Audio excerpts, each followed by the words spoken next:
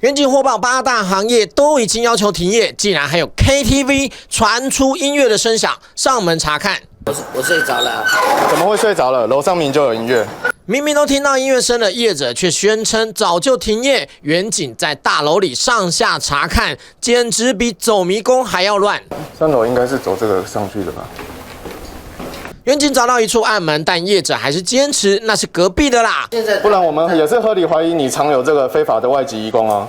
快点，我们刚刚就明明就有亲眼目睹，看一下。直到远景威胁要找人破门，业者这才打开。他是在那个是客人啊，上班的。对啦，是客人啊。果然，里头包厢还有3男2女正在聚会，虽然没有营业，但意外发现这3名男子都是逾期居留的逃逸移工。2个女的，1个男的上那台车，让他们上110。远景将人带回警局，这下麻烦了。他们3个人虽然没有发烧，却都在咳嗽，只能先暂时将他们安置在通风的停车棚底下。